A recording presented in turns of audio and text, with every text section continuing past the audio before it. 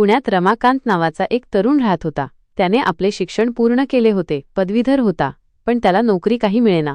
अनेक कंपन्यांमध्ये मुलाखती दिल्या, अनेकांना भेटला, पण प्रत्येक ठिकाणाहून नकारच मिळे. दिवसेंदिवस त्याची निराशा वाढत होती, आत्मविश्वास कमी होत होता. त्याचे आईवडीलही काळजीत होते.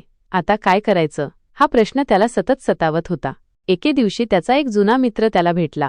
रमाकांतने त्याला आपली व्यथा सांगितली. मित्राने शांतपणे ऐकून घेतले आणि म्हणाला, रमाकांत, तू एकदा अक्कलकोटच्या स्वामी समर्थांच्या दर्शनाला जाऊन ये. त्यांची कृपा झाली तर नक्कीच तुझ्या अडचणी दूर होतील. रमाकांतने कधी स्वामींबद्दल फारसे ऐकले नव्हते, पण निराशेने ग्रासल्यामुळे त्याला कोणताही पर्याय नकोसा वाटत होता. त्याने मित्राचे ऐकले आणि स्वामींच्या दर्शनासाठी अक्कलकोटला जाण्याचा निर्णय घेतला.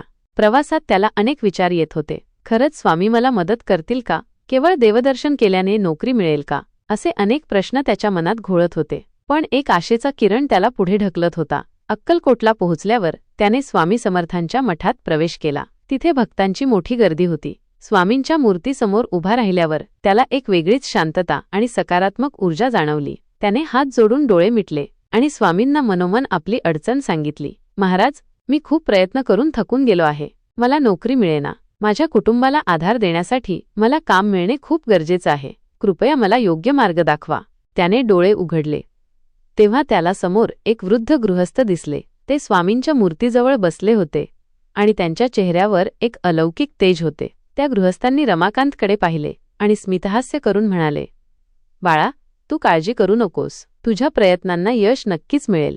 तू प्रामाणिक आहेस आणि कष्ट करतोस. आता तू पुण्याला परत जा आणि एका विशिष्ट क्षेत्रातील कंपनीत पुन्हा प्रयत्न कर. तिथेच तुला यश मिळेल. त्या वृद्ध गृहस्थांचे शब्द रमाकांतच्या मनात घर करून बसले. त्याला त्यांचा चेहरा स्वामींच्या मूर्तीसारखाच तेजोमय वाटला. तो पुण्याला परत आला.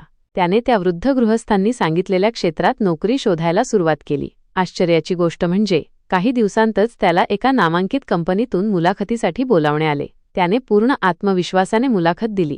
स्वामींच्या कृपेने आणि स्वतःच्या मेहनतीने त्याला ती नोकरी मिळाली. रमाकांतला स्वामी समर्थांच्या कृपेची आणि त्यांच्या अदृश्य मार्गदर्शनाची खात्री पटली. स्वामींनी केवळ त्याला नोकरी मिळवून दिली नाही, तर त्याला आत्मविश्वास आणि सकारात्मक दृष्टिकोन दिला. आयुष्यात कधीही हार मानू नये आणि प्रयत्नांना नेहमीच यश येते, हा धडा त्याला स्वामी तुमच्या आयुष्यातही जर काही दुःख असेल तर खचून जाऊ नका, हार मानू नका. स्वामींवर विश्वास ठेवा आणि त्यांचं चिंतन करा. ते नक्कीच तुम्हाला मदत करतील.